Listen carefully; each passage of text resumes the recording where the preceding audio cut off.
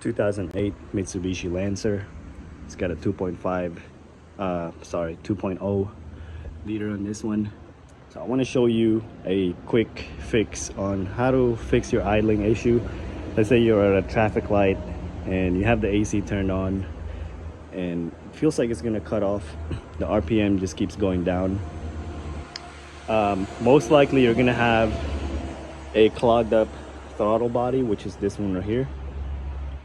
So this one I already cleaned it out. I just wanted to show you guys the steps and the proper way to do it. So what you want to do first is you want to make sure you disconnect your battery terminals, because this is electronic. If you don't do that, you're gonna mess up the setting on your throttle body and you have to get it reprogrammed. Anyway, it's a whole mess. So make sure you disconnect your battery terminals first. Once you do that, you have our air intake right here. It's got a 10mm bolt right there. Go ahead and take that 10mm out. What I did is I kind of used a long screwdriver to kind of pry it out like this. Careful with this hose, by the way. I just kind of pried it out, played with it, wiggle it back and forth until I pull it out. Now the proper way to clean this is make sure you're careful with this one, because you don't want to mess up this is, like I said, it's an electronic throttle body. So go ahead and push it down carefully. You can leave a screwdriver or something to pry it open like that.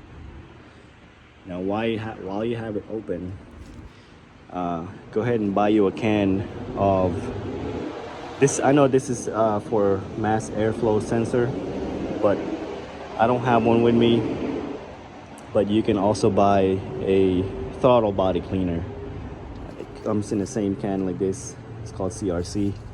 You want to spray a little bit on your shop towel. Make sure your shop towel is clean, and then you just want to wipe it carefully around that plate and inside that tube. So you want to clean it right there and up right there where the plate sits at, because that's what gets clogged up. Clean it carefully. Don't spray too much of these stuff in there. Once you get all the gunk cleaned out like this one,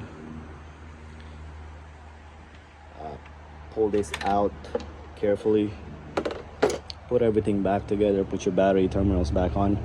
When you crank it up, it might take a few seconds for it to relearn the idling, but leave it running for about a good minute, then take it for a test drive, and that's it.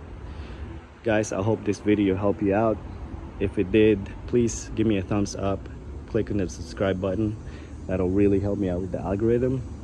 And again, guys, thanks for watching.